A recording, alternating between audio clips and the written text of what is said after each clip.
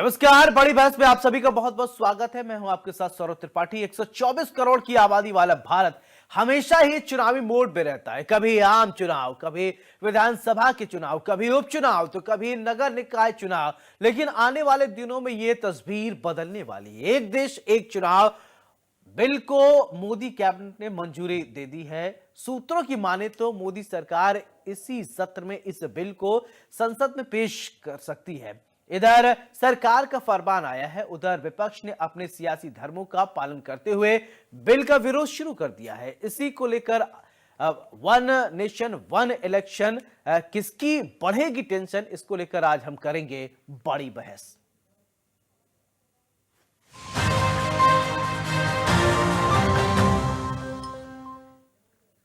एक देश एक चुनाव बिल को कैबिनेट की मंजूरी मिल गई है। सूत्रों की माने तो इसी सत्र में यह बिल पेश हो सकता है। बिल पर विस्तृत चर्चा के लिए संयुक्त संसदीय समिति को भेजा जा सकता है। कैबिनेट की बैठक में एक देश एक चुनाव पर बनी सहमति रामनाथ कोविंद समिति की रिपोर्ट को स्वीकार कर चुकी है। सरकार चाहती है कि इस बिल पर आम राय बने, सभी हितधारकों से विस्तृत चर्चा हो। जेपीसी सभी राजनीतिक दलों के प्रतिनिधियों से चर्चा करेगी। इसके साथ ही सभी राज्य विधानसभाओं के स्पीकरों को भी बुलाया जाएगा और देश भर के प्रबुद्ध लोगों के साथ भी आम लोगों की राय भी ली जाएगी।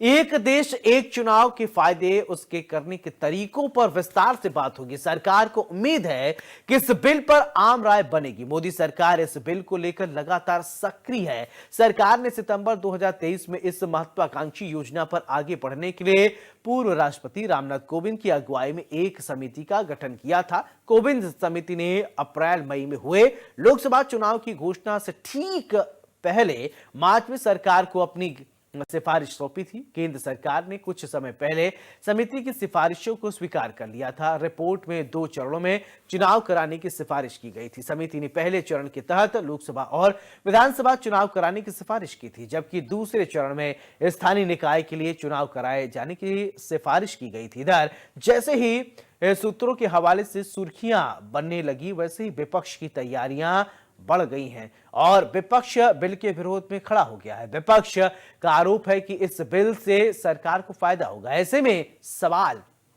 कि one nation one election bill का विरोध क्यों? वन नेशन वन इलेक्शन पर घमासान, विपक्ष क्यों परेशान? क्या वन नेशन वन इलेक्शन से सरकार को फायदा होगा? क्या वन नेशन वन इलेक्शन से विपक्ष को नुकसान होगा? In one nation one election पर सरकार के सामने कितनी चुनौतियां हैं? इन्हीं तमाम सवालों पर आज हम विस्तार से चर्चा करेंगे। हमारे साथ एक खास पैनल होगा। अब आप सोचिए कि हमारा देश देखा जाए तो चुनावों का देश है। एक उत्सव हमेशा होता रहता है, चुनाव होते रहते हैं।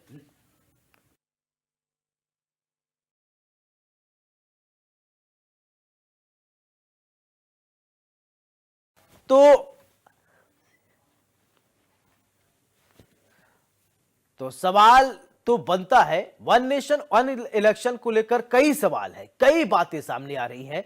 अब क्या इससे विपक्ष को नुकसान होगा? अब अगर एक या चुनाव आयोग के सामने, क्योंकि चुनाव काम कराना, चुनाव का काम तो इलेक्शन कमीशन का है ना, तो उससे सत्ता पक्ष से कुछ लेना देना होता है ना विपक्ष से लेना हो देता है। चुनाव कराने की जिम्मेदारी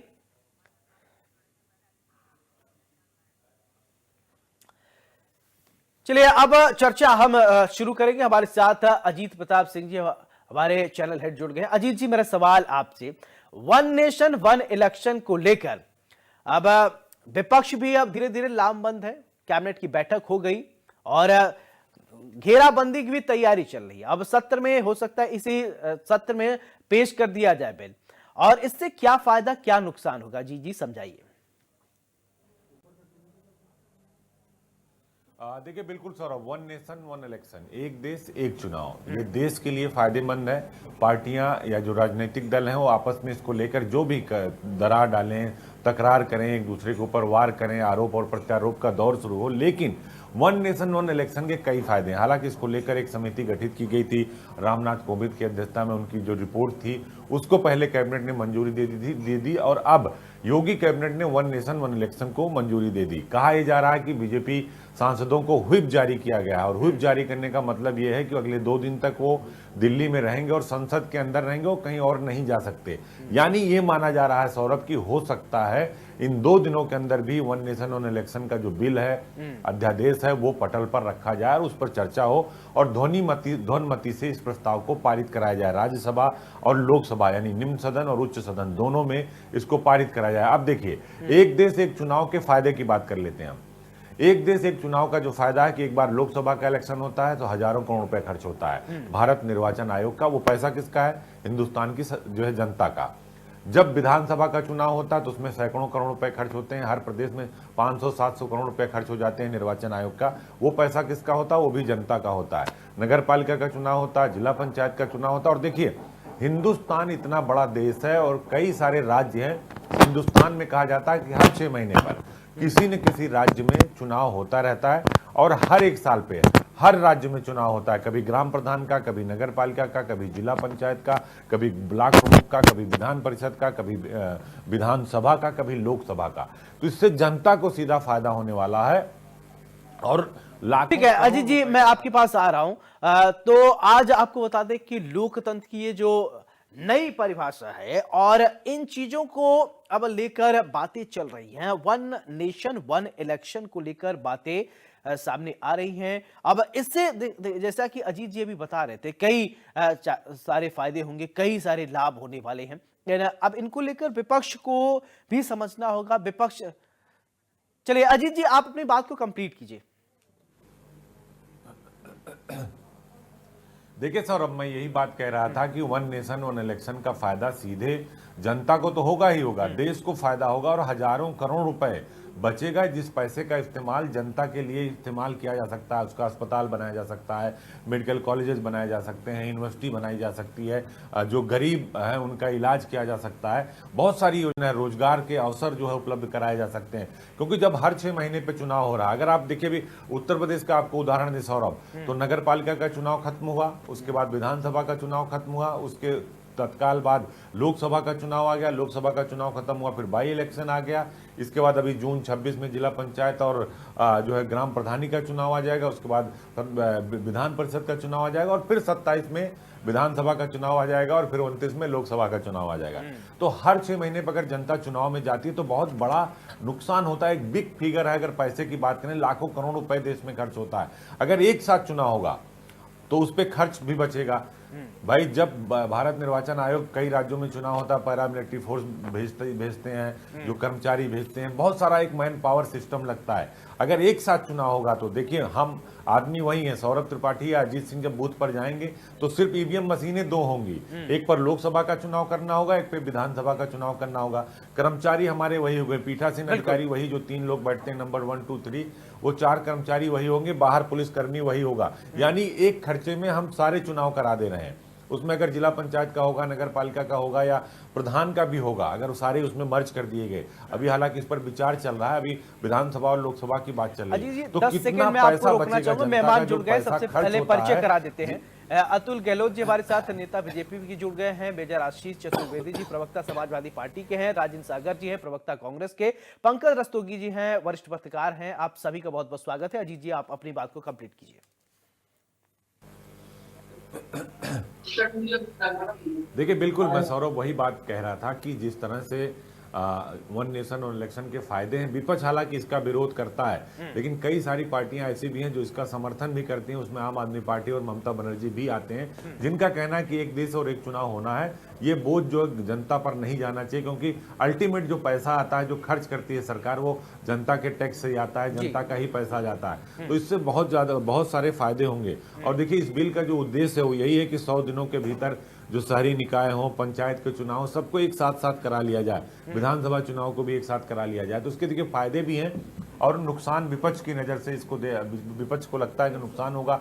उनका यह कहना है कि भाई भारतीय जनता पार्टी को इसका फायदा होगा, क्योंकि पूरे देश में वो चुनाव लड़ते हैं, लेकिन इसका फायदा कांग्रेस पार्टी को भी होगा, क्योंकि बीजेपी और कांग्रेस यही 2 ऐसे दल हैं जो पूरे देश में हर जगह चुनाव लड़ते हैं और एक साथ आमने सामने लड़ते हैं। क्षेत्रीय दलों का इसमें नुकसान की बात हो रही है, भाई क्षेत्रीय दलों का नुकसान होगा, क्योंकि जब लोकसभा का चुनाव होता है तो क्षेत्रीय मुद्दे जो है वो गुम हो जाते हैं, राष्ट्रीय मुद्दे उसमें हावी हो जाते हैं। तो ये एक नुकसान जरूर क्षेत्रीय दलों को हो सकता है। लेकिन अगर देश की बात करेंगे, राष्ट्र की बात करेंगे, जनता की बात करेंगे, तो इस देश में वन नेशन वन इलेक्शन होना चाहिए। एक देश एक संविधान, एक देश तो एक चुनाव, तो इसको लागू होना चाहिए, मेरी अपनी राय है। जी जी सौरभ। राजेंद्र जी, वन नेशन वन इलेक्शन होना चाहिए, सपोर्ट करेंगे या विरोध करेंगे?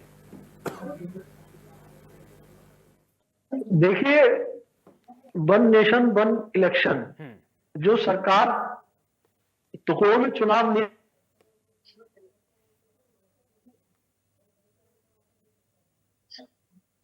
करा पा रही है, वो वन नेशन और वन इलेक्शन की बात कर रही है। वो संविधान बन गया, वो पारित हो गया, वो एक कानून बन गया कि हाँ अब ऐसा होना है, इस तरीके से प्रचारित करा जा रहा है उसको। आप देश को जोड़ नहीं पा रहे हैं, देश को एक रख नहीं पा रहे हैं। देश में इतने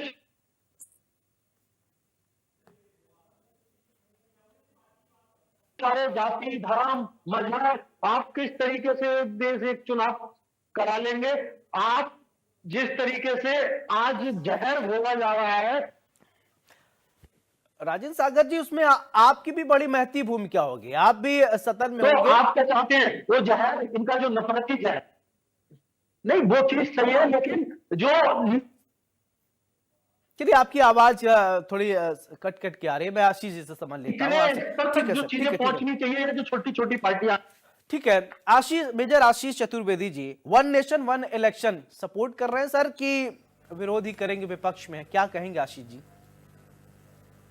पहले तो अभी इसका कोई प्रारूप तय नहीं है, तो पहले इसको पूरी तरीके से समझा जाए कि ये क्या चीज प्रस्ताव में आ रही है, और फिर उस पे समझ आएगा कि इसमें क्या फायदे हैं और क्या नुकसान है। क्योंकि अभी तक सिर्फ एक बात बोल देने से कि वन नेशन वन इलेक्शन, तो बात समझ में नहीं आती है कि ये किस तरीके से होगा, किन चुनावों के लिए होगा, कब से होगा, किस प्रकार जो जहाँ अलग अलग विधानसभाएं चल रही हैं उनके जो सत्र है क्या खत्म होंगे, कैसे होगा।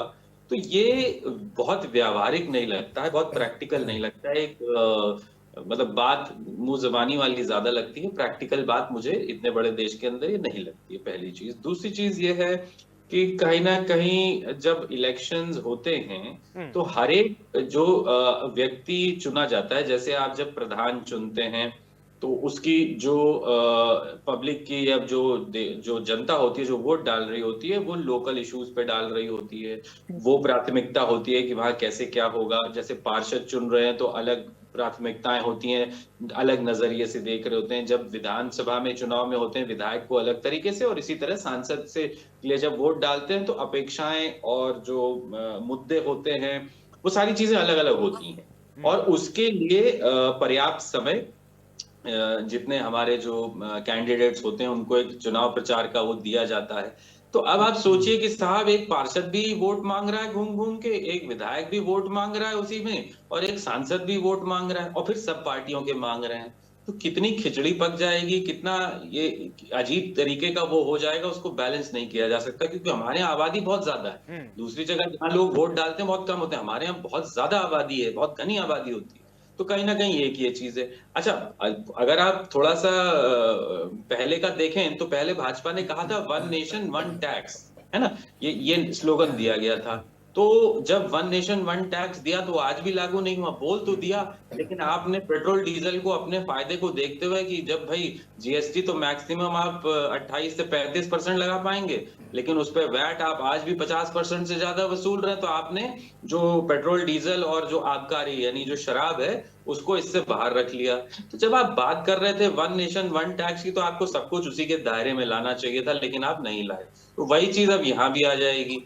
ये मैं व्यावहारिक इसको नहीं समझता। ठीक है, आप प्रैक्टिकल इसको नहीं मान रहे, ठीक है। अतुल जी, अब देखिए आशीष जी ने अपनी बात रख दी, उन्होंने कहा कि ये वो प्रैक्टिकल नहीं मान रहे, उनको लगता नहीं कि विधायक जी भी वोट मांगे एक साथ, सांसद जी, पार्षद जी, जितने भी हायरार्की होती है सब लोग एक साथ अगर मांगेंगे वोट, तो कैसे ये पॉसिबल हो पाए, कैसे धरातल पे कैसे उतारा जाएगा, बताइए क्या विजन है? सौरभ जी, कभी समाजवादी पार्टी की मानसिकता ऐसी है क्यों ये देश के हित की कई बात नहीं सोच सकते ये लोग। और रही वन नेशन वन चुनाव की बात, तो देश में पहले भी एक साथ चुनाव हो चुके हैं। 1951 में चुनाव हुए एक साथ, 1957 में हुआ, 1962 में हुआ, 64 में हुआ। तो पहले भी देश में एक साथ चुनाव हो चुके हैं। एक साथ चुनाव होने से देश का करोड़ों कई सौ करोड़ों रुपए बच जाता है, हजारों करोड़ रुपए बचता है, जिससे कि देश वो जो जितना पैसा बचेगा वो देश के विकास में लगेगा। और हर 6 महीना आप देखते हो कि हर 6 महीने में देश को चुनाव के बीच में गुजरना पड़ता है। कभी किसी प्रदेश के आ रहे हैं, कभी किसी प्रदेश के आ रहे हैं, कभी कोई राज्य के आ रहे हैं। ठीक है, उससे हमें राहत मिल जाएगी एक चुनाव होने के कारण। और रही बात दूसरे देशों में भी, स्वीडन में भी हो रहा है, दक्षिण अफ्रीका में भी हो रहा है, ब्रिटेन में भी हो रहा है कि एक साथ वहां भी चुनाव हो रहे हैं। हमारा ये मानना है कि पहले चरण में लोकसभा और विधानसभा चुनाव एक साथ होंगे, फिर दूसरे चरण में हमारा ये मत है, और हम विपक्षी दलों के साथ भी हमारी सरकार अब बैठकें करेगी और उसको संसद में पारित करने का भी जल्द ही बना रही है, 1-2 दिन में ही। और मैं आपको अवगत करा देना चाहता हूं, जो दूसरे चरण में 100 दिनों के अंदर में हम निकाय चुनाव, पंचायत चुनाव कराने का हमारा लक्ष्य है, जिससे कि हजारों करोड़ रुपए देश का बचेगा और वो देश के विकास के लिए खर्च होगा। और जहां तक विपक्ष का सवाल है, हमारे विपक्षी पार्टियों को यदि बुरा लग रहा है तो उसमें बैठ के एक बार चर्चा हो जाए, कोई दिक्कत नहीं है। देश के हित की बात हम तो ये कहते हैं, पार्टी को अलग रख के एक देश के हित की जो बात होनी चाहिए, विपक्षी पार्टी और सत्ता पक्ष को देश के हित के लिए काम करना चाहिए। पंकज जी, क्या आपको लगता है कि वन नेशन वन इलेक्शन संभव है? अगर संभव है तो ये इतना बड़ा देश भारत है, एक साथ क्या चुनाव कराया जा सकता है? और कैबिनेट में तो मंजूरी मिल गई है, अब सदन के पटल पे इसको रखा जाएगा, लेकिन अभी विरोध के सुर तो थोड़ा थोड़ा यहीं से भी दिखने लगे हैं। आपको क्या लगता है पंकज जी? देखिए, भारत जैसे लोकतांत्रिक देश में ये वन नेशन वन इलेक्शन, एक देश एक चुनाव नितांत आवश्यक है। और 1952 से लेकर 1967 तक, 1972 तक ये चुनाव हुए। और चूंकि कांग्रेस की हार होने लगी विधानसभाओं ने, तो कांग्रेस ने, तत्कालीन प्रधानमंत्री इंदिरा गांधी ने उसको बदलने का काम किया और उसके बाद वहां इलेक्शन अलग अलग तरीके से होने लगे। अब अगर बात करें खर्च की, तो 1952 में 28 पैसा प्रति व्यक्ति खर्चा आता था इलेक्शन में, और आज जो है लोकसभा चुनाव में 1400 रुपए प्रति व्यक्ति, यानी 1,35,000 करोड़ रुपए का खर्च आ रहा है, जो बहुत ही लंबा खर्च है। और प्रधानमंत्री मोदी हमेशा देश के हित की बात करते हैं, इसीलिए उन्होंने देखिए 53 करोड़ जनधन खाते खोले, जिसका नतीजा हुआ कि सबके खाते में डायरेक्ट पैसा जा रहा है। और दूसरी बात, जो राजीव गांधी कहा करते थे कि 100 रुपए चलते हैं केंद्र से तो 15 पैसे पहुंचते हैं, तो प्रधानमंत्री मोदी ने उसको गंभीरता से लिया और 5 करोड़ 10 लाख फर्जी वोटर कार्ड को भी कैंसिल करने का काम किया। उसका नतीजा कि आज जनमानस को इसका लाभ मिला है। और दूसरी बात ये करें कि अगर इस तरह की जो क्षेत्रीय दल है वो इसलिए परेशान है क्योंकि अभी देखिए आगे चल के आपके महिला आरक्षण बिल भी पास हो चुका है, 33% महिलाओं का आरक्षण, तो वो भी लागू हो जाएगा। तो उसके चलते उनको ये दिखाई दे रहा है कि क्षेत्रीय दल का सुपड़ा साफ हो जाएगा, इसलिए वो लोग इससे बहुत ज्यादा सशंकित है। और दूसरी बात यह है कि अगर क्या नाम है, अगर जो अभी लोग कह रहे थे, तो अगर आप एक चीज ये देखिए कि राष्ट्रीय मैनिफेस्टो के लिए आप राष्ट्रीय एक मैनिफेस्टो जारी करेंगे लोकसभा के चुनाव के लिए, क्षेत्रीय चुनाव होते हैं, पंचायत चुनाव हो, निकाय चुनाव हो, चाहे विधानसभा चुनाव, उसके लिए अलग मैनिफेस्टो जारी करिए, जनमानस उसको देखेगा। देश में 57 करोड़ वोटर हैं, 57 करोड़ में आधी आबादी महिलाओं की है, करीब 47 करोड़ महिलाएं हैं, वोटर हैं। तो इससे कितना समय बचेगा और कितना पैसे की बर्बादी बचेगी, ये आप देखिए सौरभ जी। और दूसरी बात यह है कि अभी हम अगर आप बात करिए तो अभी पंचायत चुनाव होते हैं, 1 महीने आचार संहिता लगती है, अगर निकाय चुनाव होते हैं फिर 1 महीना आचार संहिता लगती है, विधानसभा चुनाव होते हैं तब 1 महीना आचार संहिता लगती है, और लोकसभा चुनाव होते हैं तब आचार संहिता लगती है।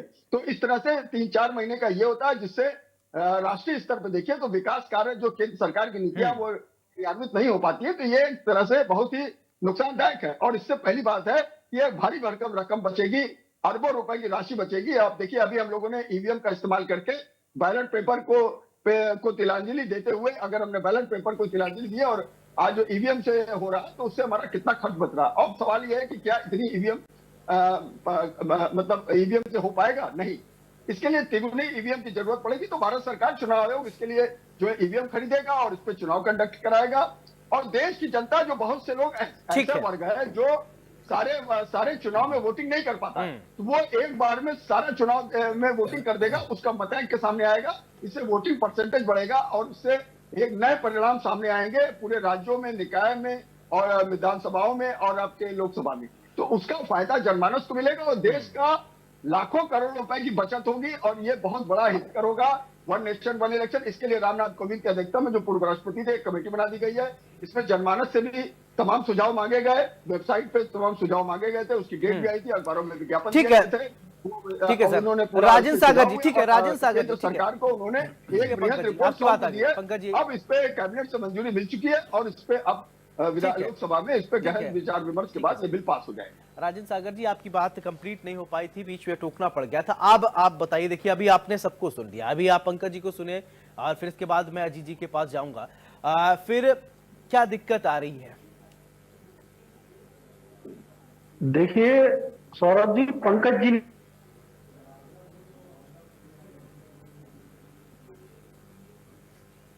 ने तो डिक्लेयर कर दिया कि वो जो कह रहे हैं वो सब हो जाएगा। आज तक आप जो व्यवस्थाएं हैं वो आप ठीक नहीं कर पाए, जैसे अभी मेरे साथ कह रहे थे जीएसटी वाली बात। अब आप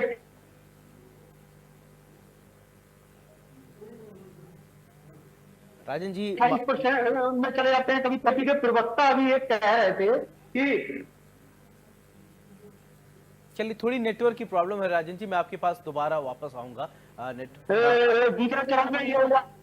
ठीक है, ठीक है, ठीक है, मैं आपके पास आता हूं। अजीत जी, अभी आपने सबको सुन लिया और तो ठीक है, दूसरे चरण ठीक में है, क्या ओके ओके, ठीक है। अब इससे पहले अभी आप बता रहे थे कि देश भर में चुनाव जो है मुख्य रूप से अगर कोई लड़ता है तो बीजेपी और कांग्रेस बड़ी बड़ी पार्टी है, राष्ट्रीय पार्टी है, बाकी क्षेत्रीय चीजें जो है कभी कभी दब जाती है। अब यहाँ देखिए, अभी आप सुन रहे हैं कि जो थोड़े थोड़े विरोध के स्वर हैं यहाँ भी दिखाई दे रहे हैं, लेकिन जब ये बातें जब सदन के पटल पर रखी जाएंगी, आप देखते रहे हैं किस तरीके से हो हंगामा हो रहा है। इससे पहले भी कई सारे ऐसे मुद्दे हैं, आपको लगता है कि चीजें दब तो नहीं जाएंगी?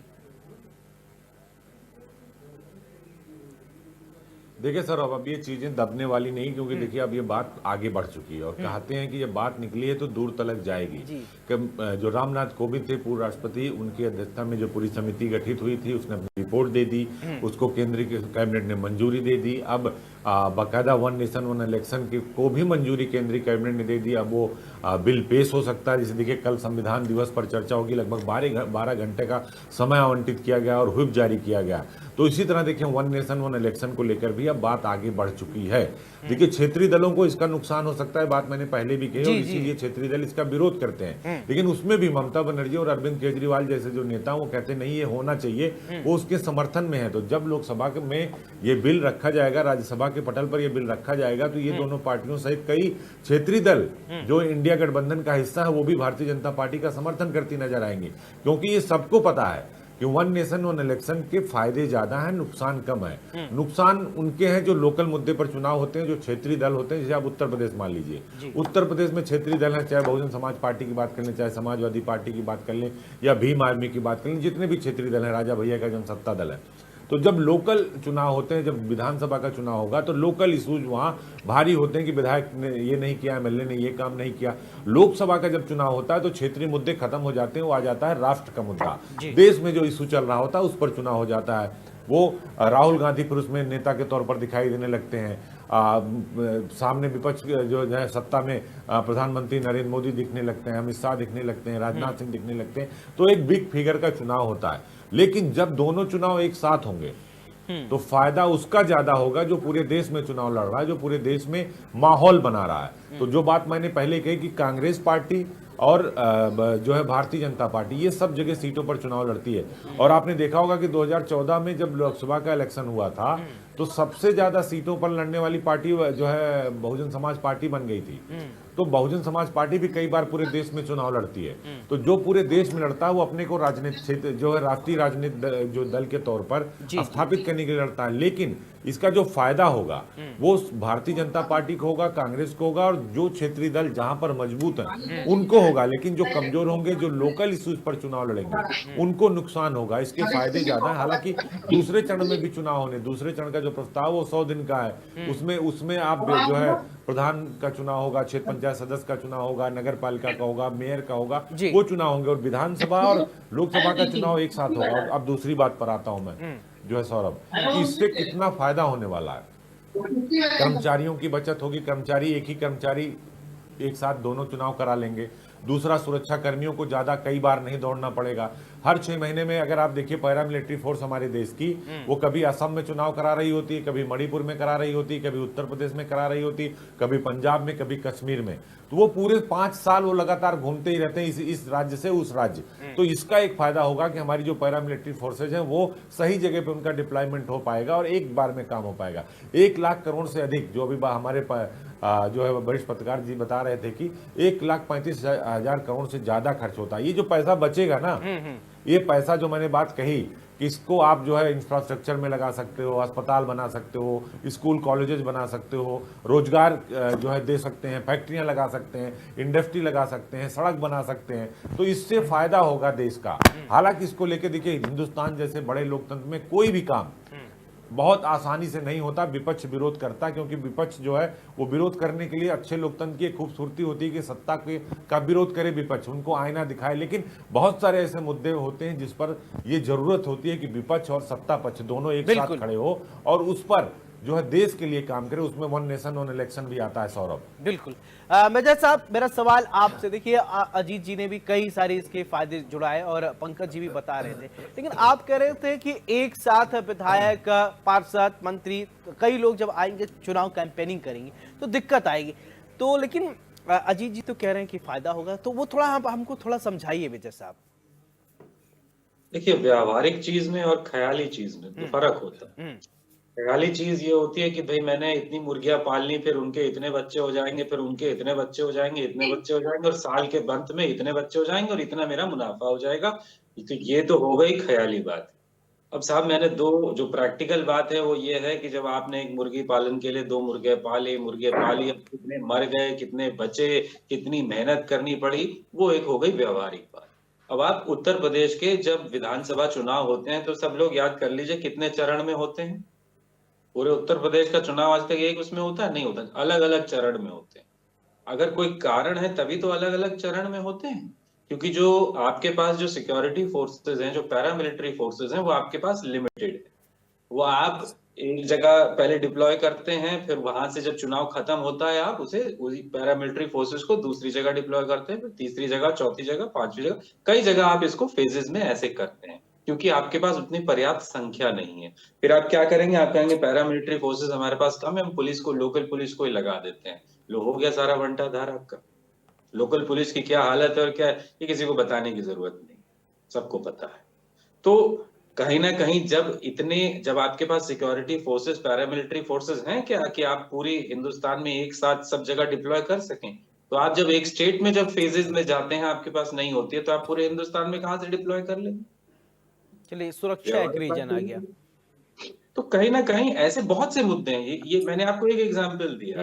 कैंपेनिंग में बहुत से इश्यूज हैं, कैंपेनिंग के अंदर बहुत से इश्यूज कि भाई जहां देखो वहीं सभा हो रही है, जहां देखो वहीं वो हो रहा है, पब्लिक का काम दान सब कुछ रुक जाएगा भाई। सब जब अब विधायक भी वोट मांग रहा है, वो भी वोट मांग रहा है, बाकी भी वोट मांग रहे हैं, सब पार्टियों के मांग रहे हैं, सब सभाएं कर रहे हैं, तो आपने जो सब कुछ है वो क्लटर कर दिया एक जगह पे।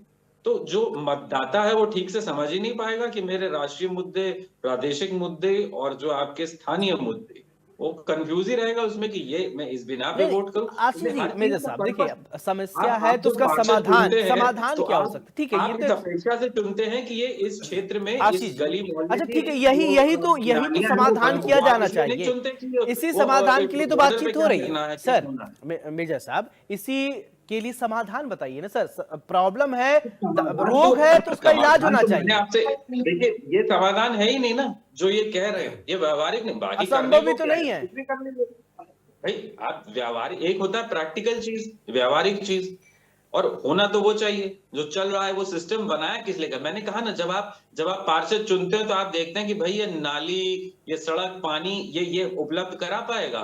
आप उससे ये अपेक्षा थोड़ी कर रहे होते हैं कि हिंदुस्तान की जो फॉरेन पॉलिसी है वो ये पार से डिसाइड करेगा। अब मतदाता है उसी टाइम अजीत जी सारी कुछ चीजें कह रहे हैं, उसके ऊपर ठीक है, राजी नहीं होगी। बोलिए अजीत जी क्या कह रहे हैं। जो व्यवहारिक नहीं है, केवल काल्पनिक जैसी लगती हैं, जो कि अक्सर भारतीय जनता पार्टी मैं की यही कह रहा हूँ कि अब विचारधारा जो में है अतुल जी को जवाब देना होगा, क्योंकि मेजर साहब बहुत गंभीर इशू उठा रहे हैं भाई, सुरक्षा का जी, और कई सारे बिल्कुल मुद्दे एक साथ कैसे अतुल जी, प्रचार जी, करें। मैं तो बीजेपी को अजीत जी जवाब मैं तो उन्हीं के देना पास पड़ेगा तुरंत इसको। जाने वाला था, उन्हीं के पास जाने। तो सौरभ जी, जी समाजवादी पार्टी और क्षेत्रीय पार्टी को ये खतरा है क्योंकि उनका अस्तित्व खत्म होने वाला है। और रही ये कह रहे हैं कि नहीं, 5,000 अस्तित्व पे वोट बाद में मांगेगा, बात हम तो करेंगे, कह लेकिन रहे हैं अभी ये दूसरे बताइए चरण में मेजर तो साहब ने काम सिक्योरिटी की कराएंगे, बात की। पहले चरण में तो कराएंगे नहीं। नहीं इनको डर है, क्षेत्रीय पार्टी को डर है, क्योंकि एक क्षेत्र तक सीमित पार्टी है, ये छोटे छोटे मुद्दे को लेकर चुनाव लड़ने वाली पार्टी है, क्योंकि इनको खतरा है। पहले देश में चुनाव क्या होगा नहीं, एक साथ पहले भी तो देश में चुनाव हो चुके हैं। तो जहां देश को लाखों करोड़ रुपए का फायदा हो रहा नहीं, है, वहां आपके पेट में क्यों अतुल दर्द जी हो रहा है? रिसोर्सेज की बात हो रही है कि हमारे पास क्या उतने रिसोर्सेज हैं? हाँ, रिसोर्सेज है हमारे पास, रिसोर्सेज है, उसकी भी हो जाएगा ना। रिसोर्सेज है हमारे पास चुनाव कराने के लिए, प्रस्ताव लेके आए हैं। अभी उत्तर प्रदेश का रिसोर्सेज चुनाव है तभी तो प्रस्ताव लेके आए हैं। नहीं, उत्तर प्रदेश का जब चुनाव होता है तो कितने फेजेस में होता है, जरा ये बताओ। अरे आशीष जी, पहले की बात छोड़ दीजिए आप, पहले देश में एक साथ चुनाव हुए या नहीं हुए? तुम्हारे नेताजी की फ्रेंचाइजी है भाई। ये बताइए, पहले चुनाव हुए या नहीं हुए? वो छोड़ देते हैं। 1951 में चुनाव हुआ नहीं हुआ एक साथ? जब उत्तर प्रदेश का चुनाव होता 1957 है में चुनाव हुआ नहीं हुआ एक उस साथ? समय कितनी आवाज 1962 में थी? चुनाव हुआ नहीं हुआ? उस समय कितनी आवाज थी? उस समय पहले कितनी भी आवाज चुनाव थी? उत्तर प्रदेश का चुनाव कितने चरण में होता है? मुझे ये बताइए, पहले चुनाव हुए या नहीं हुए एक साथ? अरे ये भैया, बताइए। कितनी आवाज थी? अरे हो पाएंगे कि नहीं, मुद्दा आज ये है, हो पाएंगे कि नहीं? नहीं, मुद्दा आज ये है। अरे सर, एक बात बताइए आप लोग। नहीं अभी कर रहे हो, हम सक्षम है, हमारी सरकार एक साथ चुनाव कराने में। उत्तर प्रदेश का उस समय टोटल आबादी 35 करोड़ थी, आज 57 करोड़ वोटर है इस देश में। नहीं पा रहे। हम राजेंद्र जी सक्षम है, जहाँ उस समय की स्थिति अरे अच्छा मेहनत तो आप लोगों का भी बच जाएगा आशीष जी। आशीष अरे कुछ नहीं करोगे, कुछ नहीं करोगे। छोटे राजनीति ध्यान बचता है संसद का, संसद का इसीलिए प्रधानमंत्री जी भागवत में बोल रहे हैं, वो जाकर खानदान से मिल रहे हैं, संसद में नहीं आ रहे हैं, संसद में नहीं, खानदान से मिल रहे हैं, सितारों से मिल रहे हैं, लेकिन संसद में नहीं आएंगे, मणिपुर नहीं जाएंगे। अरे क्या बढ़ाने के लिए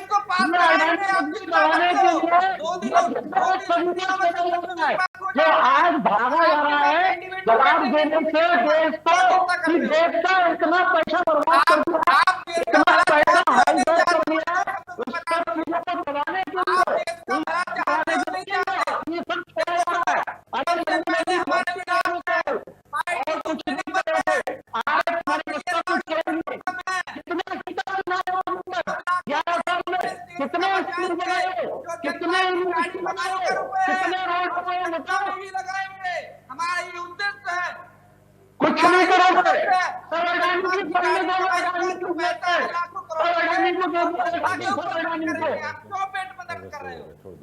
आपको डर है, पहले इंदिरा गांधी की ठीक है। खत्म होने वाली जब अरे नहीं नहीं, ये बात है ही नहीं। अरे आप लोग दूसरे, आप डिरेल मत करिए, डिरेल मत करिए, डिरेल मत करिए, मुद्दे पर रहिए राजेंद्र सागर जी। नो, डिरेल करने की जरूरत नहीं। हम अरे आप तो क्या बात कर रहे हैं? ना ये सब बातें नहीं, ये सब बातें नहीं। चर्चा साथ चिल्लाने से नहीं, चिल्लाने से समस्या नहीं समाधान होगा। नहीं चिल्लाने से समस्या समाधान, इसीलिए आप लोगों से हम लोग चर्चा करें कैसे, अगर ये सोचा जा रहा है क्या इसको कैसे क्रियान्वित कर सकते हैं, उसको अगर आपके दिमाग में कोई विजन हो वो बताइए ना। नहीं हो पाएगा तो नहीं हो पाए, कुछ भी असंभव है क्या? अरे सौरभ जी, जो फायदे ये तो पूछिए, उस समय देश की 35 करोड़ आबादी थी, आज 57 करोड़ इस देश में वोटर है केवल। 35 करोड़ में कितने लोग वोट देते थे? आज 57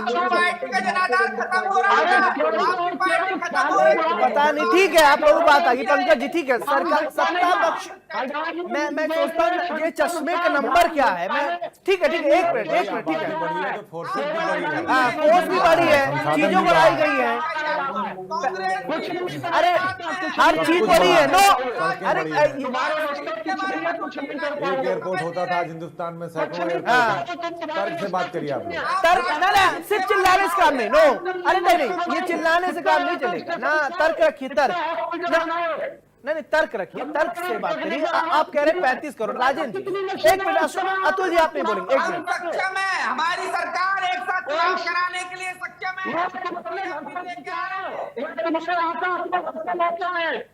अच्छा एक ठीक है, उसके अलावा तुम हिंदू मुस्लिम अरे साहब आप कहाँ जा रहे हैं? कहाँ जा रहे हैं राजेंद्र सागर जी? राजेंद्र सागर जी कहाँ जा रहे हैं?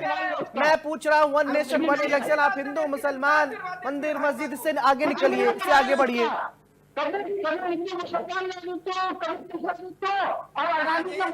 अरे क्या बात कर रहे हैं सागर जी? ना ना ना ना ना ये सब बातें नहीं। नहीं जा पा रहे हो,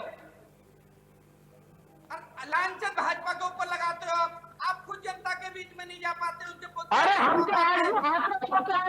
नहीं चर्चा जो है वो सदन के अंदर नहीं सदन के बाहर होने लगती है। वहां प्रोटेस्ट होता है, वहां चीजें अंदर बात नहीं होती। ठीक है अजीत जी ठीक अजीत जी एक छोटा सा कमेंट मैं लूंगा। अजीत जी ठीक है एक मिनट, ठीक है नहीं आप लोग मैं आपको बताऊंगा। नहीं आप लोग अजीत जी ठीक है और एक मिनट अतुल जी। अजीत जी एक छोटा सवाल देखिए, चर्चा सदन के अंदर जब होना चाहिए, यही विपक्ष सदन के बाहर आए दिन देखते रहते हैं हम लोग कि वो बाहर आ रहे हैं, प्रोटेस्ट कर रहे हैं। आपको बात करनी सदन के अंदर बैठ के बात करिए। कितना पैसा खर्चा किया जाता है, जनता आपको सिर माथे पे बैठाकर वहां भेजती है, वहां चर्चा नहीं, वहां प्रदर्शन, बेल में आके चिल्लाएंगे। यही हाल यहां भी है। कुछ नहीं है इनके बस का। देखिए बिल्कुल सही बात सौरभ आपने कही कि अगर आपको चर्चा करनी है तो सदन में करिए। सदन के में चर्चा के लिए आप जो है ना सवाल लगाइए, जवाब लगाइए, आप वहां चर्चा करिए। लेकिन जब चर्चा की बारी आती है तो विपक्ष और सत्ता पक्ष दोनों आपस में टकरा जाता है। विपक्ष क्या करता है, सदन को वॉकआउट कर देता है, वो बाहर चला जाता है। फिर बाद में कहते हैं कि नहीं वो तो सदन चलने नहीं दे रहे हैं। दूसरी बात जो राजेंद्र सागर जी कह रहे थे कि पहले आबादी कम थी, पहले सिर्फ जो है 35 करोड़ लोग थे, इतने करोड़ लोग थे। तो जैसे जैसे देश की आबादी बढ़ी है वैसे वैसे देश में संसाधन भी बढ़े हैं। पहले कितने एयरपोर्ट होते थे, आज कितने एयरपोर्ट हैं। पहले कितने एक्सप्रेस होते थे, आज कितने एक्सप्रेस हैं। पहले कितने हॉस्पिटल होते थे, कितने मेडिकल कॉलेजेस होते थे, एम्स। फोर्सेज की बात करिए, फोर्स कितनी होती थी। आज हमारी ताकत जो फोर्सेज की, हमारी मिलिट्री की या पैरा मिलिट्री की जो ताकत है वो पहले इतनी नहीं थी। तो समय के साथ सब बदलता है। हाँ, वन नेशन वन इलेक्शन की बात है। अगर कांग्रेस पार्टी या समाजवादी पार्टी विरोध कर रही है तो विरोध करने का जो सबसे अच्छा फोरम है वो सदन का पटल है। बिल्कुल, वहां पर जाइए, आप वहां चर्चा करिए, वहां विरोध करिए, वहां आपको जो अपनी राय देनी रखिए। अगर रामनाथ कोविंद की समिति ने उसको दिया है, उसको कैबिनेट मंजूरी मिली है, जो है अब वो अध्यादेश के तौर पर आएगा, बिल के तौर पर आएगा, तो आपके पास प्लेटफॉर्म है। आप सदन के अंदर जाइए। वही बात होगी उस दिन जब हम कह रहे थे कि जब मुलायम सिंह यादव जी थे तो सदन के साथ साथ सड़क पर विरोध होता था, कोई भी मुद्दा हो, और जबरदस्त तरीके से विरोध होता था और हम लोग कवर करते थे। समाजवादी पार्टी का यूथ से लेकर जो मेन विंग सब जो है प्रदर्शन करते थे। अब नहीं होता। तो अब देखिए, अगर सिर्फ ट्विटर, फेसबुक या टीवी की डिबेट से काम नहीं चलेगा। आपको जनता के बीच जाना होगा मुद्दों को लेकर, आपको सदन के साथ साथ सड़क पर आना होगा। अगर आप वन नेशन वन इलेक्शन का विरोध कर रहे हैं तो आप सदन में जाइए ना, सदन में पेश होगा अध्यादेश बिल पारित होने के लिए। जब बिल पेश होगा तो उस पर चर्चा भी होगी। चर्चा में आप ये साबित करिए कि नहीं भाई वन नेशन वन इलेक्शन नहीं होना चाहिए, तो सरकार को मानना पड़ेगा। मजबूत विपक्ष है, ऐसा तो है नहीं सरकार एक तरफा कुछ कर लेगी। मजबूत विपक्ष है, वहाँ राहुल गांधी भी हैं, जो है प्रियंका गांधी भी हैं, वहाँ अखिलेश यादव भी हैं, डिम्पल यादव भी हैं, वहाँ पर ममता बनर्जी भी हैं, वहाँ पर बहुत सारे लोग जो अलग अलग राज्यों के बड़े लीडर हैं। आम आदमी पार्टी भी है, डीएमके भी है, टीएमसी भी है। वहां आप विरोध करिए। एक से एक बढ़ के दिग्गज और पुराने राजनेता हैं जिनको सियासत और सियासत के मायने कहां क्या बोलना है सब पता है। आप पटल पर विरोध करिए और प्लेटफॉर्म पर विरोध करिए। आप अगर सड़क पर जाएंगे कि हम वन नेशन वन इलेक्शन नहीं होने देंगे तो उसका कोई फायदा नहीं होगा। रही बात कि क्या चुनाव कराया जा सकता है कि नहीं कराया जा सकता, ये भारत निर्वाचन आयोग अगर इस पर वो चुनाव कराता है, चरण वाइज फेसेज वाइज होते हैं। 1 महीने का चुनाव हो सकता है 2 महीने में हो जाए, लेकिन 2 महीने होगा, 5 साल में एक ही बार होगा ना।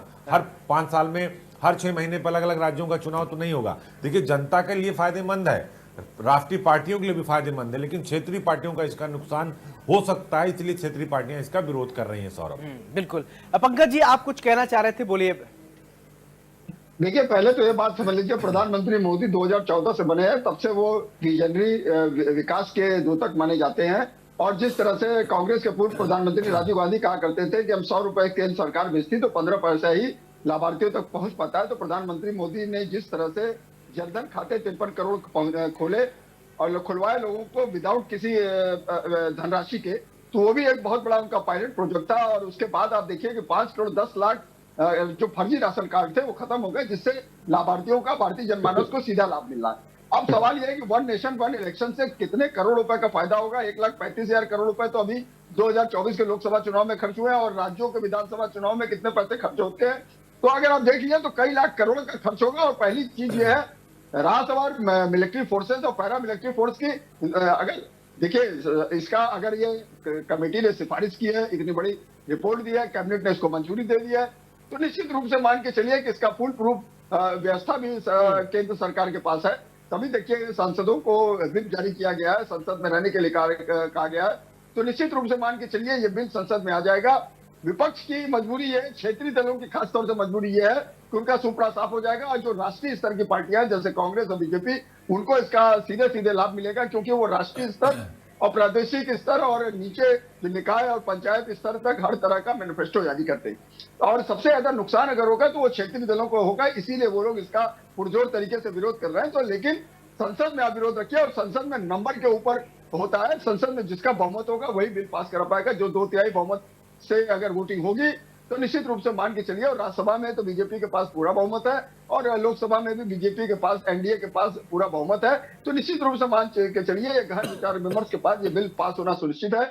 लेकिन मजबूरी क्षेत्रीय दलों की है कि उनका सुपड़ा साफ होना तय है, इसीलिए वो घबराए हुए हैं, इसीलिए वो जो है वन नेशन वन इलेक्शन, एक देश एक चुनाव का भारी विरोध कर रहे हैं कि किसी तरह से बिल पास ना हो। मणिपुर की घटना में देखिए कितना वो हल्ला मचाते थे, लेकिन जब सरकार ने उस पर डिस्कशन करने को सोचा तो सारा का सारा इंडी गठबंधन का विपक्ष संसद से बाहर चला गया। किसानों की बात होती है, संसद में कुछ नहीं बोलते हैं, खाली बाहर निकल के आप इस तरह की बातें करते हैं। जॉर्ज सोरोस के मुद्दे पे आप देखिए कितनी बातें की जा रही हैं, लेकिन उसमें कांग्रेस कोई भी जवाब देने पे वो नहीं है। सोनिया गांधी के जॉर्ज सोरोस जो अमेरिका में बैठा हुआ है, उसके संबंध क्या है, इसके ऊपर जेपी नड्डा ने, जो नेता सदन है सरकार चल रहे हैं, सभा के, उन्होंने उसको प्रश्न उठाया, उसे पकाने के लिए आपने क्या नाम है विधानसभा के खिलाफ प्रस्ताव ला दिया, जो 14 इस बार के सत्र में उसमें बहस नहीं हो पाएगी। जनता को भ्रमित करने के लिए, जनता को और आपके पास कोई मुद्दे नहीं है, इसीलिए राष्ट्रहित की बात करिए। राष्ट्रहित में अगर लाखों करोड़ों रुपए बच रहे हैं, जनता का समय ठीक है, तो उसके बाद एक राजेंद्र जी, मैं एक सवाल आपसे पूछना चाहता हूँ। ठीक है, जब सदन की बात हो रही, ठीक है पंकज जी, ठीक है, कई सारे ऐसे आप मुद्दे लेकर आए राजेंद्र जी, जिसका जनता से क्या सरोकार था। आपने इससे पहले आपने देखा, पहले आप रफेल चिल्ला रहे थे, कि चौकीदार को लेकर आप चिल्ला रहे थे, अभी अडानी लेकर आप चिल्ला रहे हैं। जनता के बारे में कब बात करेंगे? इसीलिए जनता कनेक्ट नहीं हो रही है क्या? एक मिनट पंकज जी, मैं राजेंद्र जी से एक ये सवाल थोड़ा मैं समझना चाहता हूँ। नहीं ठीक है, ओके पंकज जी, ठीक है, एक सवाल ठीक है राजेंद्र जी, सागर जी, राजेंद्र जी, एक सवाल ये है कि अभी आपको पिछले 2-3 बार का सदन की जब कार्रवाई हो रही थी, उससे पहले आपने देश भर में माहौल मनाया। आपके नेता राहुल गांधी ने पहले राफेल करते रहे, उसका क्या नतीजा निकल कर आया। फिर इसके बाद चौकीदार को लेकर आप पूरे देश में ढिंडोरा पीटते रहे, क्या हुआ उसका। फिर आपने देखा कि आपने फिर कहा कि इस समय अडानी कर रहे हैं। अरे आप जनता से जुड़ी, कब जनता के बारे में कब कहेंगे, कब उससे बात करेंगे? ऐसा एक मुद्दा लेकर आते हैं, फिर वो सदन ही नहीं चल पाती। बैठिए, बात कीजिए, किसने रोका है आपको? विजन तो दिखे। तो ये आप देखिए ना, इस देश के प्रधानमंत्री जी पूरे सदन आज के 10-12 दिन हो गए, कहाँ है वो बताइए आप? नहीं, विरोध करना लोकतंत्र में क्या हर चीज का विरोध करना है? विरोध करना ठीक है, विरोध करिए, ठीक है। कभी अच्छी चीजों का विरोध किया, मतलब विरोध करना ठीक है, नहीं, लोकतंत्र में आपको अधिकार है, हर चीज का विरोध करेंगे आप, हर चीज का विरोध, विरोध, अच्छी चीजों को अप्रिशिएट किया। ठीक है मेजर साहब को स्क्रीन पे लाए, मेजर साहब बताएंगे। ठीक है मेजर साहब, विरोध करना अच्छी बात है, क्या हर चीज का विरोध होना चाहिए? ठीक है आप विपक्ष में, अच्छी बात है, क्या अच्छी चीज को अप्रिशिएट नहीं किया जा सकता है? लेकिन राजनीति में अप्रिशिएट नहीं करते, क्यों मेजर साहब? आप लोग तो विजनरी लोग हैं, क्यों अप्रिशिएट नहीं किया जाता? ठीक है विपक्ष में इसलिए यह चश्मा का नंबर चेंज हो जाता है, बीजेपी सत्ता पक्ष कुछ और चश्मे के नंबर से देखता है, विपक्ष कुछ और से, समझाइए मेजर साहब। जी बहुत बार तो यही होता है कि जो विपक्ष में होता है वो विरोध करने के लिए विरोध करता है। अब उसमें तो आप देख लीजिए कि कुछ अच्छी बातें भी होंगी इतनी। सबसे बढ़िया एग्जाम्पल तो खुद नरेंद्र मोदी, वो जीएसटी का विरोध किया करते थे, आते ही सबसे पहले जीएसटी लागू कर दी।